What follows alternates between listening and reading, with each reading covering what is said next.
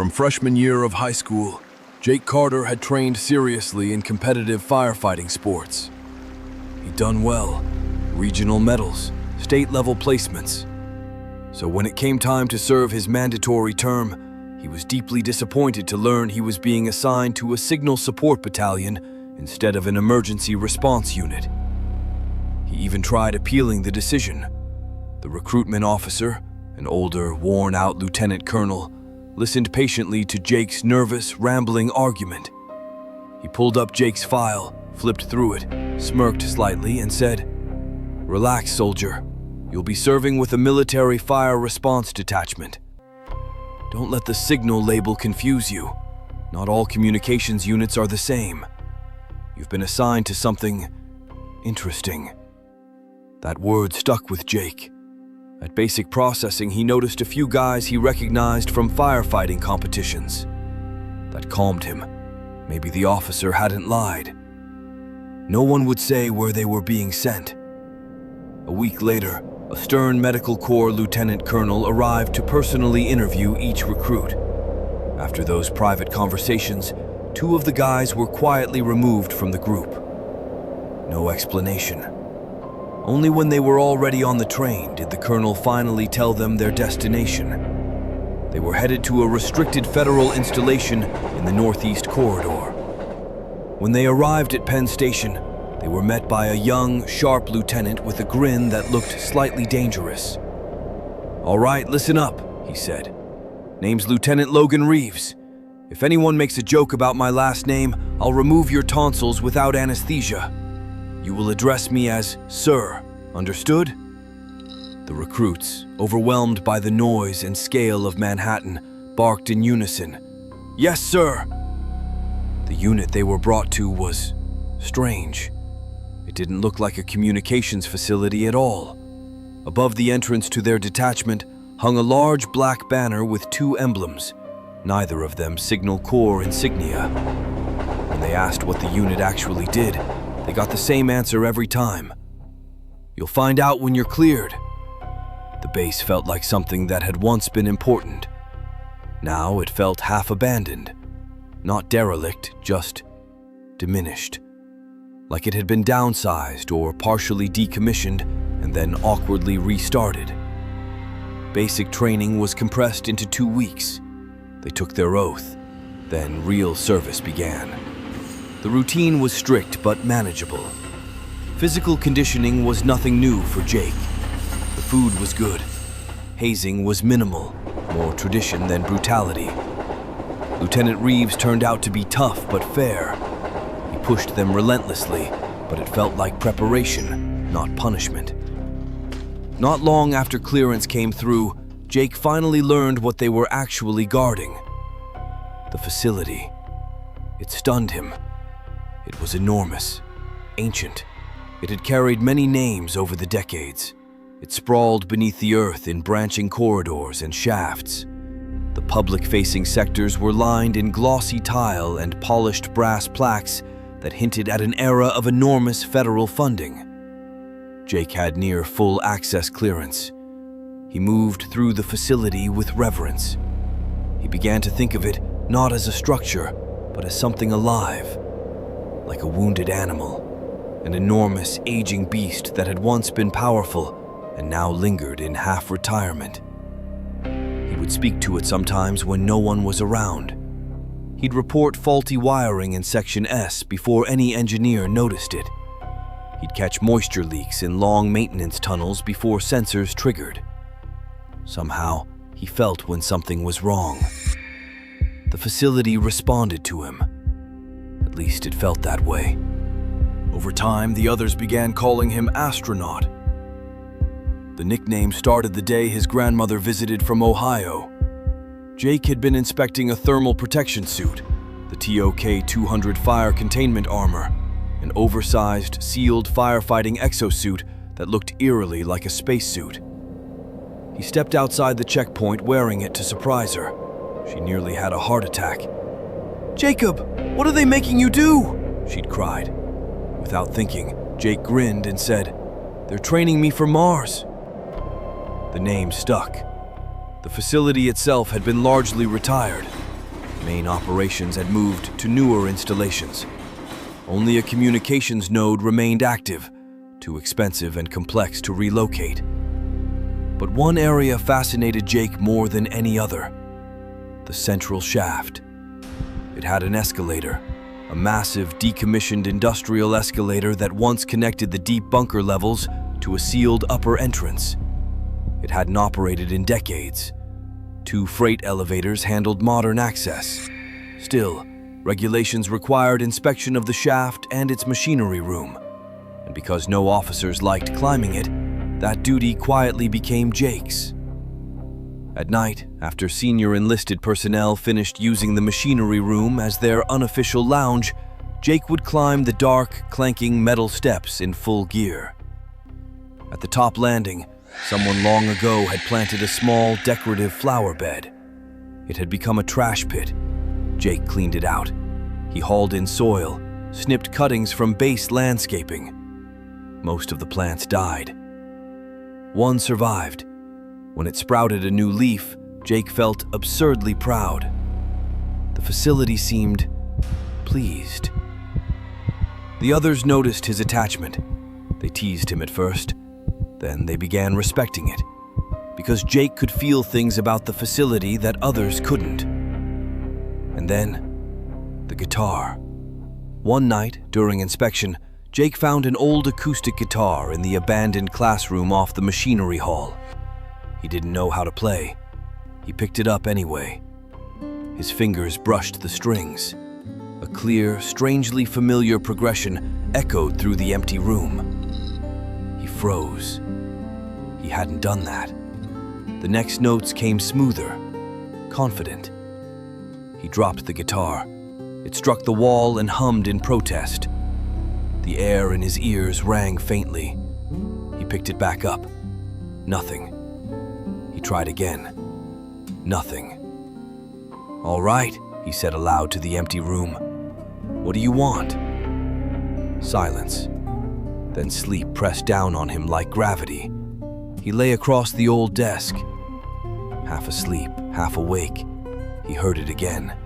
That melody, and a voice, soft, rough, singing in English. So you think you can tell heaven from hell?" It felt like being sung to sleep as a child. He woke exactly 30 minutes later, sharp, alert, picked up the guitar, played flawlessly. That's when fear truly began. And then he heard footsteps on the escalator, slow, soft, someone in slippers, not boots. He ran up the steps. Halfway down the shaft stood a young corporal in old olive fatigues. Jake chased him, slipped, tumbled down the metal steps. When he looked up, the corporal stood calmly at the bottom. "You okay, astronaut?" he asked. No echo. His voice sounded like it originated inside Jake's head. "I'm Max," the corporal said. And then, "Call me old man if you prefer." Jake felt the ice of primal fear. The facility had given itself a face, and the face belonged to a soldier who had died decades ago. Jake stared at him. The uniform was outdated, Cold War era. The patches didn't match anything current. The boots were wrong. The haircut was wrong. The fabric looked faded but not dusty, not like it had been stored. Like it had been worn recently. "You're not supposed to be here," Jake said carefully. The corporal tilted his head slightly. "Neither are you," he replied. Jake swallowed. The air in the shaft felt heavier now, thicker. The hum of distant machinery seemed to dull, like someone had wrapped the entire facility in insulation. "Are you with maintenance?" Jake asked, even though he knew that was absurd. Max smiled faintly. "You take care of her," he said, nodding upward toward the concrete walls. "You fixed the leak in Section S before the alarm even tripped. That was smart." Jake felt something tighten in his chest. "How do you know that?" Max stepped one stair higher. No sound from his boots. "I know a lot of things," he said. Jake forced himself not to back away. "You're not on the roster," Max's expression changed, not offended, just patient. "I was," he said. The words hung there. Jake's pulse thudded in his ears. "What's your last name?" Jake asked. Max hesitated. "Don't," he said quietly. "You'll look it up." Jake's stomach dropped. He had full archive access. "Tell me," Jake said. Max studied him. Then, "Harper. Corporal Max Harper." The air felt colder. "And when were you stationed here?" Jake asked. Max's smile didn't reach his eyes. "Long enough." Jake felt something slide into place in his mind. "You're dead." Max didn't deny it. He just leaned casually against the escalator railing. "I prefer reassigned." Jake's rational brain screamed at him to run, to radio Lieutenant Reeves, to report a breach. But the other part of him, the part that spoke to the facility like it was alive, stayed still. "What do you want?" Jake asked. Max looked upward again. "She's tired," he said softly. "They moved the heart, left the nerves. She doesn't like that." Jake's throat went dry. "The comm node," he said. Max didn't confirm it. "They don't listen to her anymore," Max continued. "You do." The hum deep inside the walls pulsed faintly. Jake felt it, like something shifting its weight underground. "You're not real," Jake said. Max shrugged. "Neither is half the funding that built this place." Jake almost laughed, but couldn't. "Why show yourself to me?" Jake demanded.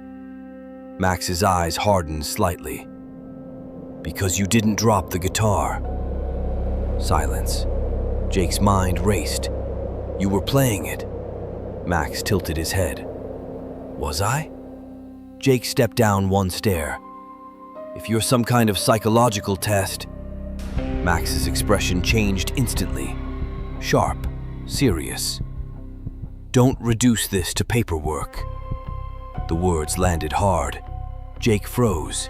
The escalator groaned softly, metal expanding under temperature change. "You cleaned the flower bed," Max said. "You planted something." Jake's heart skipped. "You noticed." "She noticed," Max corrected. A low vibration rolled through the shaft. Jake felt it in his teeth. "What happens if I stop?" Jake asked. Max didn't answer immediately. Instead, he stepped down one more stair. Still no sound. "The new guys don't hear her," Max said. "The officers don't want to. The contractors definitely don't." Jake thought of the way the facility felt at night. Watching. Waiting. "And you?" Jake asked. "What are you?" Max's smile returned, faint, tired. "I stayed too long." Jake's blood ran cold.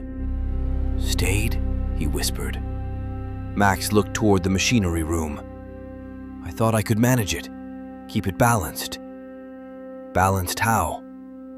Max's eyes flicked back to him. "You think those suits are for fires?" Jake remembered the thermal containment armor, the sealed visor, the internal oxygen. "What are they for?" Jake asked quietly. Max didn't answer directly. "Some sections don't like being ignored," he said instead. "Pressure builds." Jake felt a sudden crushing awareness of the depth beneath him. Miles of reinforced concrete. Shafts. Chambers. Old blast doors. "You're not supposed to talk to me," Jake said. Max's expression softened slightly. "I'm not talking to you," he said. "I'm talking through you." A sharp metallic bang echoed somewhere below. Jake flinched. Max didn't. "You'll hear it soon," Max said. "Hear what?" "The shift." Jake took another step down. "If you're real, prove it." Max looked almost amused. "Check the archives," he said. "Machinery room incident, 23 years ago. You'll find a name. You'll find a report."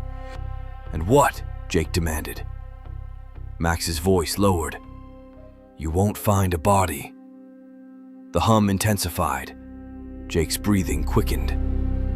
"Why me?" he asked again. Max looked at him in a way that felt human. "Because you don't treat her like infrastructure." The words echoed long after he spoke them. Jake blinked. Max was gone. No sound, no movement. Just the escalator. Just the hum. Jake stood there for a long time. Then he climbed down. Jake didn't move for a long moment. Then he forced his legs to work. He climbed back up the escalator steps, each metal tread booming under his boots, the sound too loud in the hollow shaft. The dim lamps along the incline felt farther apart than they had any right to be. The shadows between them looked deeper, as if the darkness was absorbing light instead of merely lacking it. At the top landing, he stopped and looked back down. Nothing. Just the long, dead escalator disappearing into the throat of the facility. He swallowed and kept going. The operations wing was quiet at that hour. Not empty, never empty, but quiet in the way hospitals are quiet at night. People present, motion controlled, voices clipped and low. He passed two contractors in reflective vests. They nodded without looking him in the eye. The air smelled faintly of disinfectant and warm dust. Jake's keycard got him into the archive room, a small, windowless space with steel filing cabinets on one wall and 3 terminals bolted to a metal desk. Above the desk, a warning sign in clean block lettering. Authorized personnel only. No photography, no external storage devices. He sat down and logged in. His hands were steady, which surprised him. His pulse wasn't. He told himself this would be simple. Look up the name, find nothing, confirm his brain had misfired. He opened the incident archive and typed Harper, Max. The system returned too many results. Civilian contractors, security officers, old vendors. He narrowed it. Rank, CPL. Assignment, Post 99/Central Shaft. Year range, 20 to 30 years prior. He hit search. One result. A single file. Jake stared at the screen. The header was plain. Incident report. Subject, Harper, Max, CPL. Location, Central Shaft/Machinery Hall. Classification, Internal/Restricted. Status, closed. The date made his stomach tighten. 23 years ago, almost to the month. He clicked. A scanned report opened. Dense paragraphs, stamps, signatures. He didn't read it at first. He went straight to the personnel photo, a small black and white ID image in the corner. Jake felt his throat go dry. It was him. Not literally, but the face, same structure, same eyes, same expression that wasn't an expression at all. The same calm, faintly amused look. Max Harper. The same uniform, the same worn, mismatched patches. Jake's skin prickled. He scrolled down, forcing his eyes to move. Cause of incident, structural stress event. Secondary factor, operator error. Environmental condition, unknown. Recommended actions, sealing of central shaft access during high-pressure periods. Restriction of non-essential personnel. Continuation of protocol. Continuation of protocol. Jake read it twice. Then he found the line he hadn't wanted to see. Recovery. None. He blinked, thinking he'd misread. He scrolled up and down. No body recovered. No remains. No personal effects. Just subject presumed deceased. Jake sat back slowly. A coldness crept through his chest. Not fear exactly, something heavier. He clicked the Attachments tab. There were 3 items. One was a maintenance log, one was a redacted interview transcript, and one was labeled Photo, Machinery Hall, Post-Incident. His cursor hovered. He hesitated, then opened it. The photo loaded. It was the machinery hall, vast tiled walls, heavy equipment like sleeping animals. The lighting in the image was harsh and flat, like a flashlight or emergency lamps. What made Jake's breath catch wasn't the damage, it was the floor. A dark line ran across the concrete in a wide arc, like something had dragged itself through dust, but the arc was too smooth, too deliberate. Not a spill, not footprints, a sweep. And near the edge of the arc, tiny marks, hundreds of them. Fine scratches in the dust, converging toward a single point, as if the floor itself had been combed by frantic fingers. Jake zoomed in until the pixels blurred. His mouth went dry. The scratches didn't look like a tool had made them. They looked like something had tried to claw its way out. He minimized the image fast, as if the computer might notice him looking. The archive room felt smaller now. He glanced toward the door, still shut, still quiet.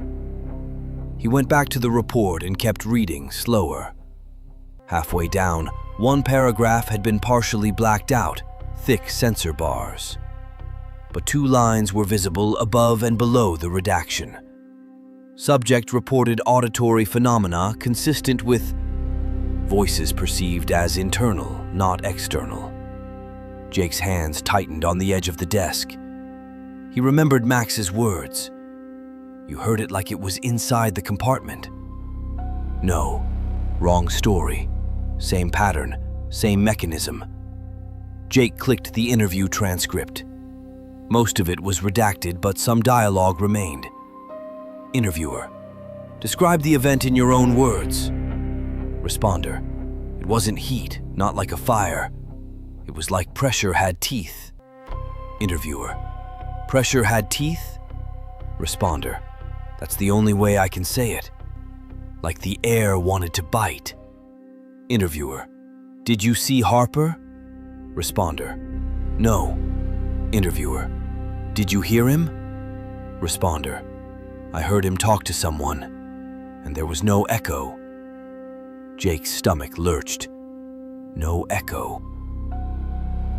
He stared at the screen until the words swam. Behind him, somewhere in the building, a metal door shut, hard. The sound traveled through the structure and reached him as a muted slam. He flinched anyway. Then the terminal speaker popped softly, a tiny click, like a radio keying.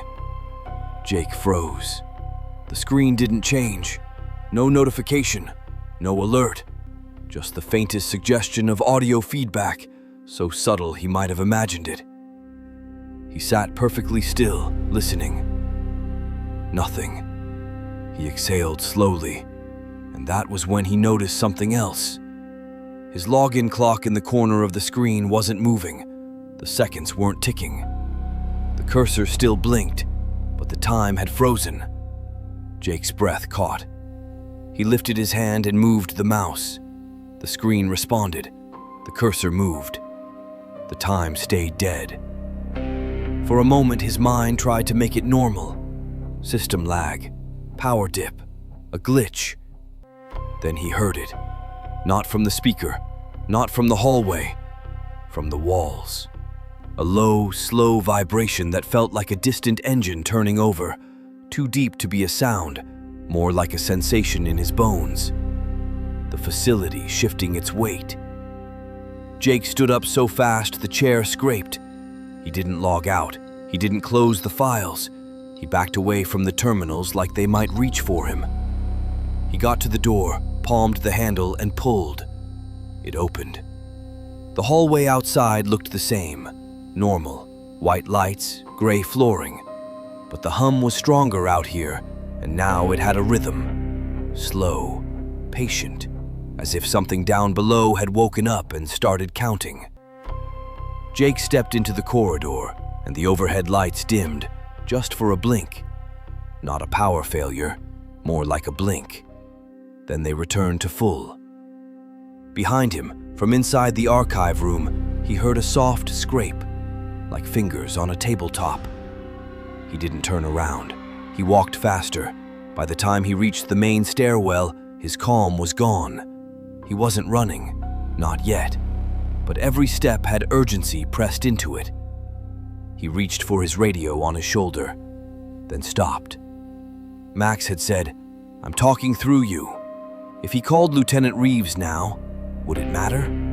Would anyone even hear him? He forced his thumb down anyway. "Reeves," he said, "this is Jake. I need you in archives, now." Static. He pressed again. "Reeves, copy." For a second, nothing. Then the radio clicked. A voice came through, faint but clear. Not Reeves. A hissing male voice, rough at the edges. "So you looked." Jake stopped dead on the stairs. His blood went cold. He didn't answer. The voice continued. "Good." The radio clicked off. Jake stared at it like it had grown teeth. Then he realized something worse. The voice hadn't come through the speaker on his shoulder. It had come from inside his head. Jake didn't move, not because he was frozen, because he was thinking. Panic would be loud, visible, easy to dismiss. He forced his breathing to slow. 3 seconds in, hold. 3 seconds out. The stairwell lights hummed softly above him. Concrete walls, metal handrails, nothing supernatural, nothing cinematic. Just a building, just a job. He lifted the radio again, pressed it. "Reeves, if that was you, say something normal. Now!" Silence. Then actual static, real analog crackle. And then, "Jake, I've been trying to reach you. Where the hell are you?" Lieutenant Reeves, irritated, real. Jake swallowed. "Stairwell between level C and B," he said evenly. "Did you just answer me a second ago?" "No, I've been calling you for the past 30 seconds. Your line went dead." Jake didn't look at the clock this time. "Copy," he said. "Meet me at the machinery hall entrance." A pause. "Why?" "Because something's wrong." Another pause, then, "On my way." The line clicked off. Jake stayed still for 2 more beats. Nothing whispered, nothing vibrated, just the normal industrial hum. He started climbing. The entrance to the machinery hall was sealed by a waist-high gate and a heavy blast door behind it. The door stood open, standard during maintenance hours. Reeves was already there when Jake rounded the corner. Late 30s, controlled posture, eyes that missed very little. He studied Jake's face before speaking. "You look like hell." "Feel fine," Jake replied. "Try again." Jake didn't waste time. "I accessed the incident archive. Max Harper." Reeves didn't react immediately. Then, "That file's restricted." "I had clearance. That's not what I meant." Jake held his gaze. "There was no body recovered," Jake said. "You knew that?" Reeves' jaw tightened slightly. "I know the report." "There are photos," Jake continued. "Scratches on the floor, like something tried to stop." Reeves' tone wasn't sharp, it was precise. "Say exactly what you're trying to say." Jake hesitated, then committed. "He's still here." The words hung in the corridor. Reeves didn't laugh, didn't scoff, just studied him. "Define he," Reeves said. "Max Harper, Corporal, Post 99. Reeves' eyes flicked past Jake, down the corridor toward the central shaft access, then back. "And how," Reeves asked carefully, "would you know that?" Jake didn't blink. "Because I've spoken to him." Silence. No alarms, No dramatic music, just ventilation systems moving air. Reeves stepped closer. How? In the hall, on the escalator, in archives just now. Reeves watched him like a doctor assessing symptoms. You hear him through the radio? Jake felt the trap in the question. No. Through the walls? No. Reeves' voice dropped half a register. Inside your head? Jake didn't answer immediately. He could lie. He didn't. Yes. Reeves nodded once, not shocked, not angry, almost resigned. Okay, Reeves said. Jake blinked. That's it? No, Reeves replied calmly. That's not it. That's confirmation. Jake's stomach tightened. Confirmation of what? Reeves glanced toward the machinery hall entrance again, then leaned in slightly. You're not the first. The air seemed to thin. What do you mean? Jake asked. Over the last 2 decades, Reeves said evenly, we've had 3 personnel report auditory and visual anomalies tied to the central shaft. Jake felt a strange surge of relief. Not crazy, not alone. Reeves continued. 2 were transferred quietly, 1 resigned. And Harper? Jake asked. Reeves held his gaze. Harper didn't report anomalies. A low vibration rolled through the floor, subtle, barely perceptible. But this time, both men felt it. Reeves' head tilted slightly. You feel that? Jake asked. Yes. It wasn't panic in Reeves' eyes.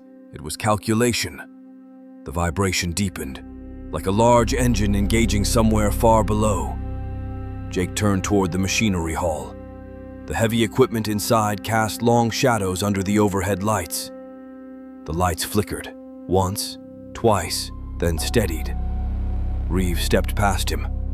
Let's check something. They entered the machinery hall together. The space swallowed sound. High ceilings, tiled walls, massive machinery sitting dormant. Jake's pulse quickened despite his control. He scanned the far wall. Empty. No one standing there. No uniformed figure. No amused smile. Reeves moved toward the central control console, an old panel retrofitted with modern monitoring screens. He tapped a few keys. Pressure readings normal, he muttered. Temperature stable. Structural load within tolerance. The vibration intensified. This time, the machinery itself responded. A low groan ran through the metal casings. Jake stepped back instinctively. Reeves! The escalator shaft at the far end of the hall, dark, yawning, seemed deeper than before. From inside it, a sound emerged. Not mechanical, not human, something in between. A layered murmur, as if multiple voices were speaking at once, but slightly out of sync. Reeves went still. He heard it too. Jake felt it crawl across his spine. The murmur formed something almost like language. Fragments. Pressure. Stay. Below. The air pressure in the room shifted, not dramatically, just enough to make Jake's ears pop. Reeves's jaw tightened. Step back, he said quietly. Jake didn't argue. The murmur rose, then focused. One voice separated from the rest. Clearer, familiar. So you told him? Jake's chest constricted. Max. Not from the radio, not from the walls, from everywhere. Reeves didn't move. Jake, he said evenly, eyes still on the shaft. If something is communicating with you, you will not engage. Jake's hands trembled despite himself. The voice continued. You shouldn't have looked. The lights flickered again, harder this time. A metallic clang echoed from deep inside the shaft. Reeves reached for his sidearm, pointless against pressure, against walls, against something that wasn't bound by air. Jake, Reeves said through clenched teeth, did you bring anything with you from archives? No. Did you copy files? No. The murmur shifted. Now it wasn't directed at Jake. It was directed at Reeves. You don't believe? Reeves's expression hardened. I don't need to. The machinery behind them gave a sudden, violent jolt. One of the overhead lights burst with a sharp crack. Glass rained down in a small, glittering cascade. Jake flinched. Reeves did not. Then the voice, Max's voice, lowered, almost amused. You will. The vibration peaked, then stopped. Silence slammed down into the hall, absolute. The machinery went still. The air felt normal. The lights stabilized. Jake realized he'd been holding his breath. He exhaled slowly. Reeves lowered his weapon. They stood in the quiet, surrounded by metal and concrete. After a long moment, Reeves spoke. Jake. Yeah. Whatever that was, Reeves said carefully. It just escalated. Jake nodded once. He felt it too. Not random, not chaotic. Responsive, aware, and now, interested. Reeves turned to face him fully. You said it told you something on the escalator. Jake hesitated. It said the pressure had teeth. Reeves' eyes darkened. That phrase appears nowhere in the public report, he said quietly. Jake's pulse slowed again, control returning. So now what? Jake asked. Reeves looked toward the central shaft one more time, then back at Jake. Now, he said, we go to level D. Jake's stomach dropped. Level D is sealed. Yes. Since when? Reeves held his gaze. Since Harper.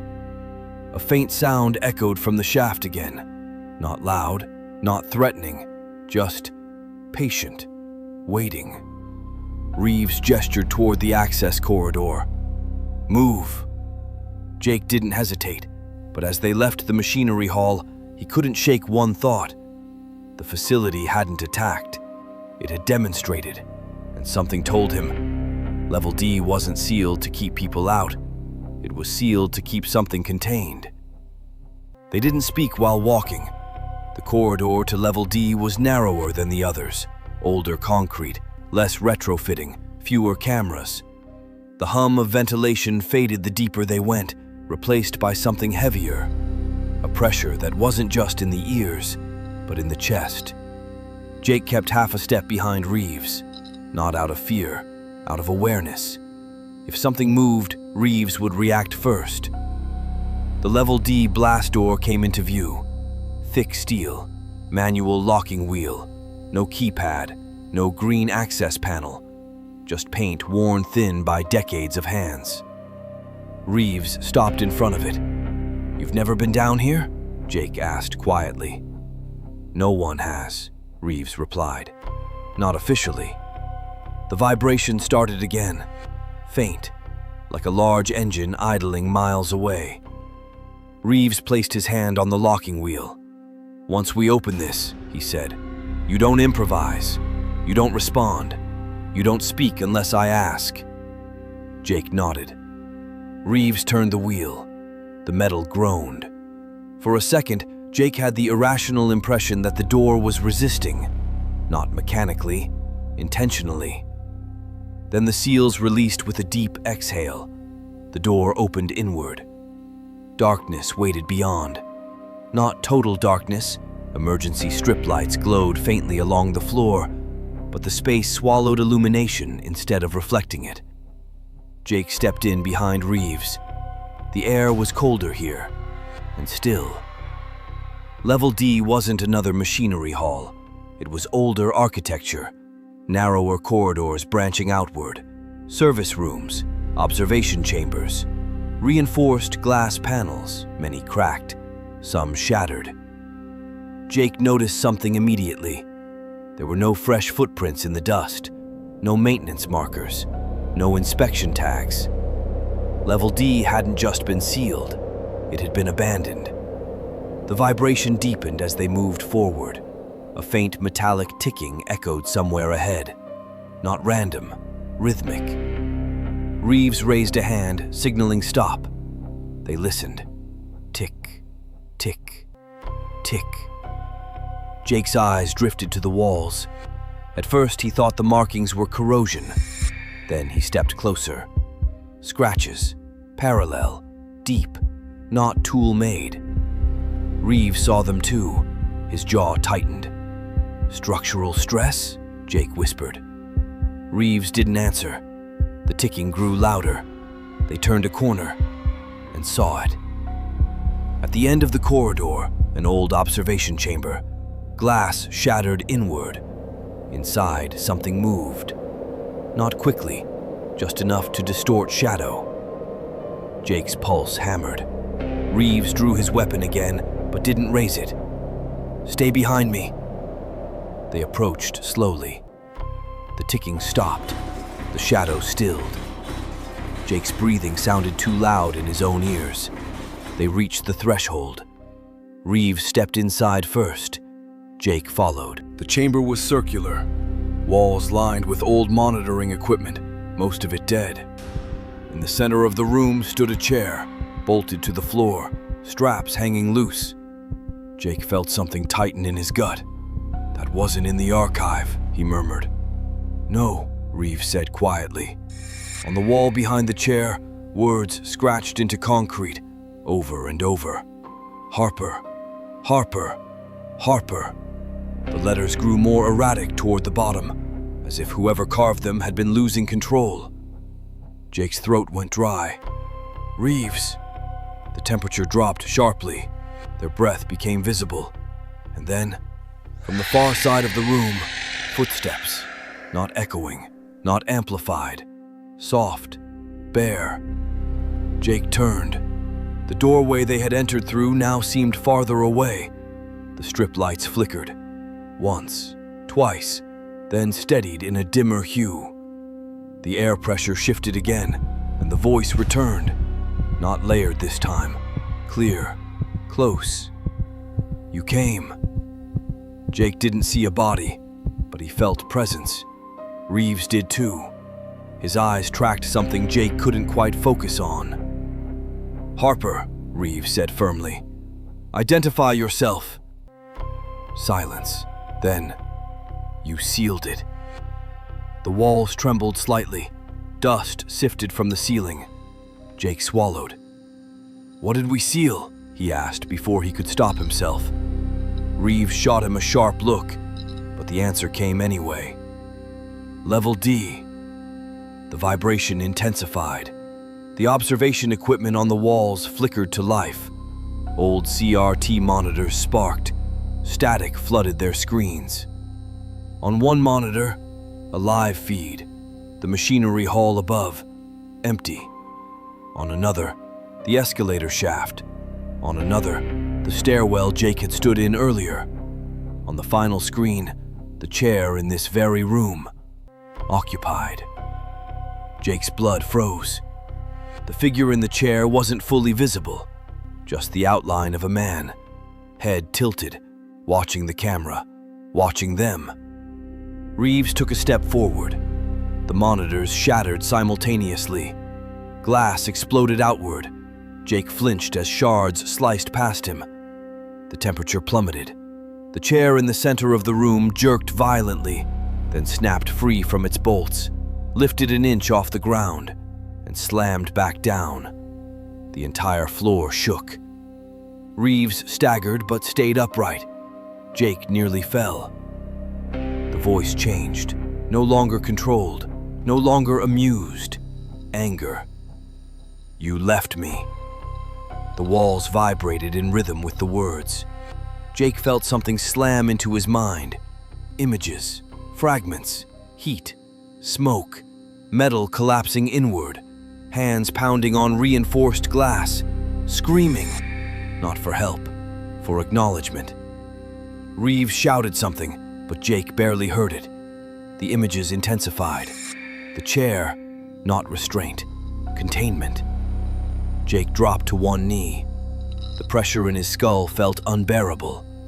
And then, A realization. Harper hadn't been trapped by accident. Level D hadn't been sealed because of structural damage. It had been sealed because something manifested here, and Harper had been the interface, the conduit.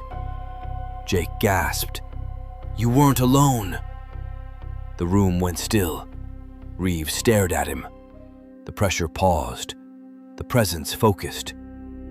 Jake forced the words out. "It wasn't just you in here. Something attached to you." Silence. Then, the temperature shifted again. Not colder. Balanced. The anger fractured. Confusion. The vibration lessened. The walls stopped trembling. Reeves grabbed Jake's shoulder. "Stay with me." Jake nodded weakly. The voice returned, quieter now. "Pressure has teeth." Jake looked toward the center of the room. The chair was no longer shaking. The straps hung motionless. "You didn't die in the collapse," Jake said slowly. "You were trying to contain it." A pause. Then, "Yes." The word wasn't spoken. It was felt. Reeves' breathing steadied. "What did he contain?" Reeves demanded. The lights dimmed further. The final response came as a layered whisper. "Us." Every surface in the room vibrated softly, not violently, but collectively, like a structure breathing. Jake understood in a way that bypassed language. The facility wasn't haunted by a single ghost. It was layered with impressions. Stress, fear, impact, memory embedded into matter. And Harper had been sensitive to it, sensitive enough to hear it. And when Level D destabilized, he stayed. The chair wasn't punishment. It was anchor. Jake stood slowly. The pressure in his skull eased. "We need to open it properly," he said. Reeves' head snapped toward him. "Open what?" Jake met his eyes. Level D wasn't sealed to trap him. He looked around the trembling room. It was sealed to suppress all of it. A deep, resonant thud rolled through the walls. Not violent, anticipatory. Reeves' voice was steady, but edged. "If we open it properly, what happens?" Jake looked toward the corridor, toward the blast door, then back to the center of the chamber. They stopped trying to push through. The vibration intensified slightly, not threatening, listening. Reeves took a long breath. "Or," he said quietly, "we lose the entire structure." Jake didn't answer immediately. He didn't need to, because deep beneath them, somewhere in the concrete veins of the facility, something shifted. And this time, it didn't feel patient. It felt awake. The vibration didn't spike. It deepened, like something drawing a breath. Reeves didn't lower his weapon, but he didn't raise it either. "Explain," he said quietly. Jake forced himself to think past the noise in his skull. "This place was built under stress," he said. "Pressure, heat, containment. Every reinforcement, every emergency seal, designed to keep something from spreading." Reeves' jaw tightened. "That's called engineering." Jake shook his head. "No, engineering contains physical force. This," he gestured around them, "this reacts." As if in response, the floor beneath them gave a subtle pulse. Not an earthquake, a heartbeat. The voice returned, fainter now. "Too many left." Jake swallowed. "You weren't the only one who heard it, were you?" he asked the empty air. "Before the collapse." Static flickered across a dead monitor, briefly illuminating the chair again. Reeves spoke without looking away from the room. Harper filed 3 anomaly reports before Level D was sealed. They were dismissed as stress fatigue and auditory distortion. Jake exhaled slowly. He wasn't deteriorating. "No," Reeves said. "He was adapting." Silence pressed in around them. The temperature stabilized, no longer freezing, no longer biting. balanced. Jake stepped toward the center of the chamber. Reeves grabbed his sleeve. "You don't step into the anchor point." Jake met his eyes. If it's anchored to him, it's anchored to me now. Reeves held his gaze for 3 seconds, then let go. Jake approached the chair. Up close, the metal wasn't rusted. It was warped, as if it had absorbed impact repeatedly. The straps were torn from inside outward, not broken by force, worn through. He reached out and touched the backrest. The vibration surged through his palm. Images flooded again, but clearer, not chaotic fragments. Memory. Harper in this room, alone, lights flickering. The first time he heard the voices, he hadn't panicked. He had listened. The facility groaning under seasonal shifts, steel expanding, concrete cracking. Every sound layered on top of each other until meaning emerged, not language. Pattern. Jake felt it now. The structure wasn't malicious. It was cumulative. Every stress event, every sealed accident, every suppressed incident, stored, and pressure had nowhere to dissipate. Level D was the pressure valve. When they sealed it, they didn't silence the phenomenon. They trapped it. The walls began vibrating again, more urgently. Reeves took a step closer. "What are you seeing?" Jake's voice was distant even to himself. He stayed because he could hold it, because he could filter it. "And you?" Reeves asked. Jake tightened his grip on the chair. The vibration aligned with his pulse.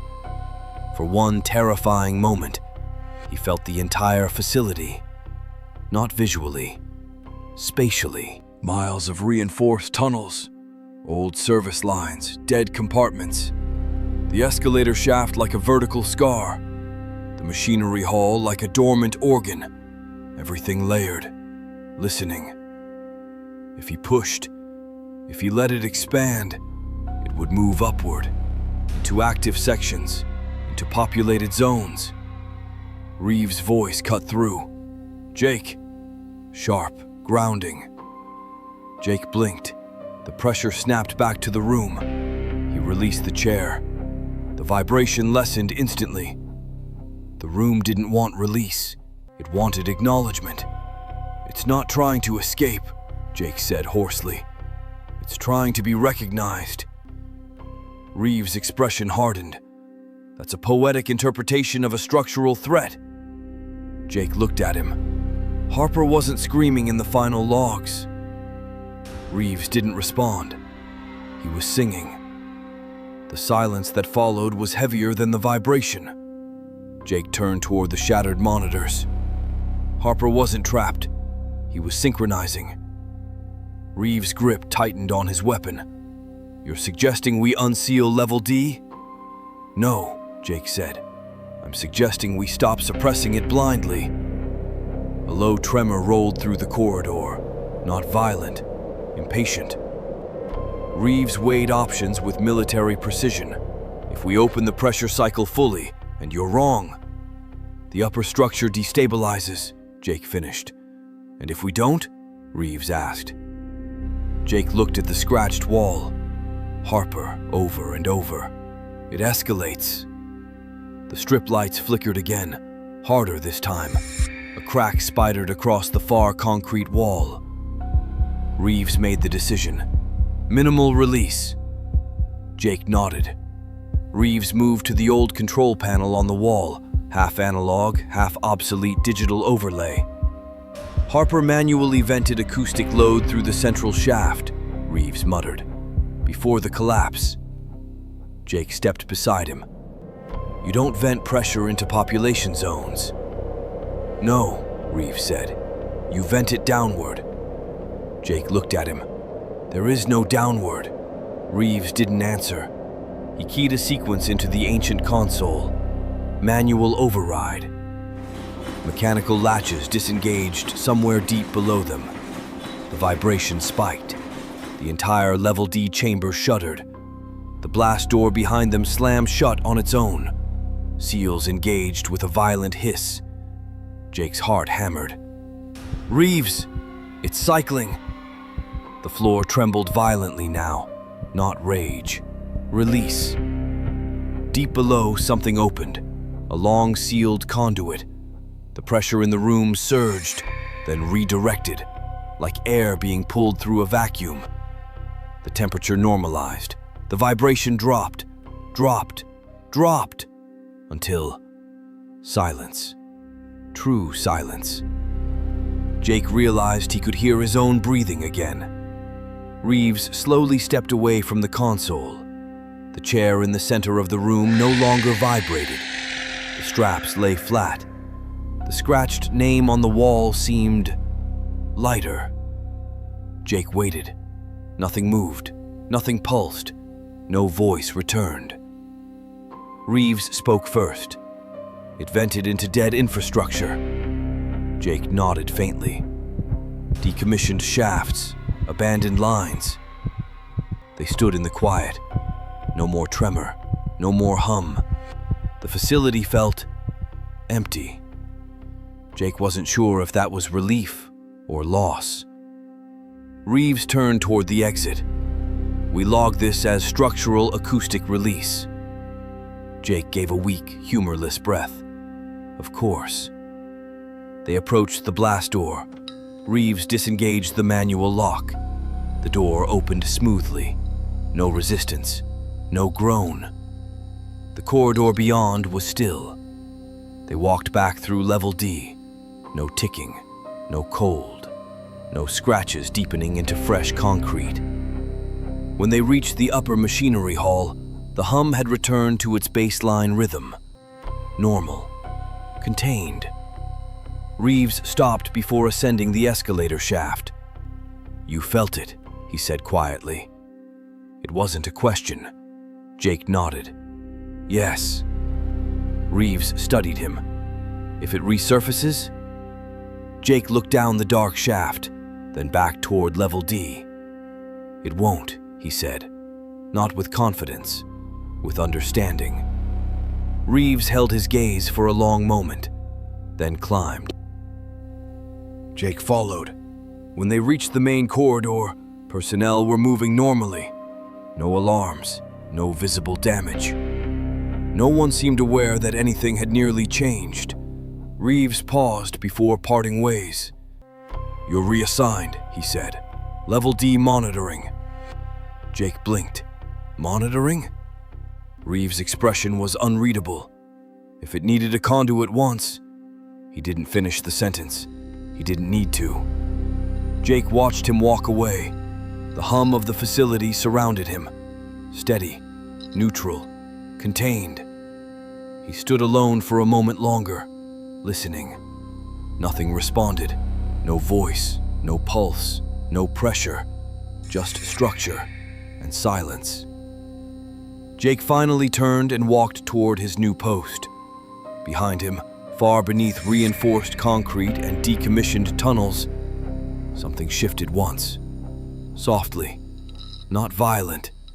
Not awake. But not entirely gone. And somewhere in the quiet depths of level D, for the briefest second, a faint metallic tick echoed, then stopped.